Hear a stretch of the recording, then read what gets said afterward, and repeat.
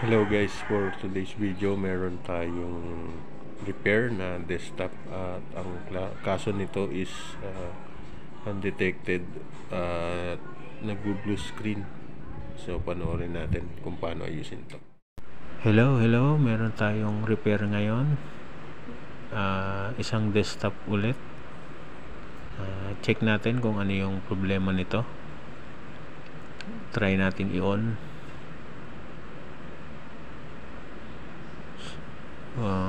Ayun, nag-on naman siya. Ngayon tingnan natin kung may display sa monitor. Yun, may display naman siya, kaya lang may problema siya. Hindi siya nagtutuloy mag-boot. Sa BIOS agad siya nagdidiretso.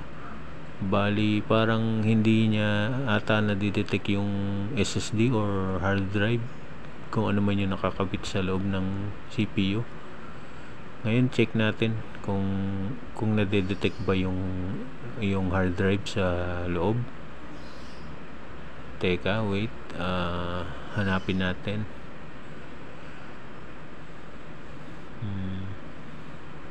So ayun, kita naman siya nade-detect yung hard drive niya, kaya lang hindi siya nagbo-boot.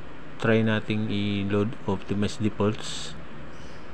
Yan, tapos save it and exit. Yan, tignan natin kung may pagbabago.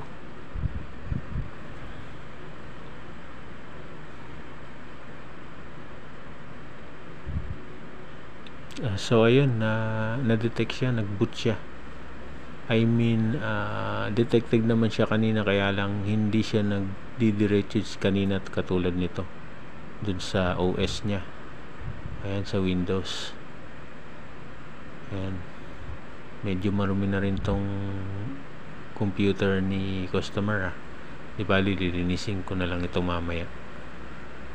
Ayan, medyo may katagalan yung Windows niya sa pag-boot. Ayun, meron siyang blue screen. Ayan mga kaibigan, blue screen siya.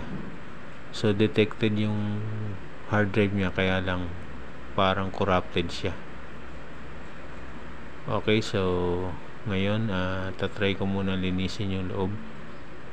Linisin ko muna lahat yan, yung motherboard, tapos yung mga pins ng ating power supply, yung SATA cable. Ayan, tatry ko linisin muna yan lahat. Okay, after nating linisin yung mga pyesa, meron tayong nakitang isang memory module na sunog na. Ayan, kung makikita nyo, dalawang pins niya is sunog na.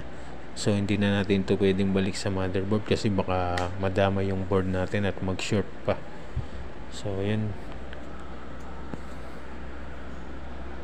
Okay, bali ang ginawa ko rito is pinalitan ko rin yung CMOS battery niya, tapos ni-restore defaults ko sa BIOS, tapos iyan na, okay na siya. Bali ina-activate ko na lang yung Microsoft Office niya para happy naman si customer.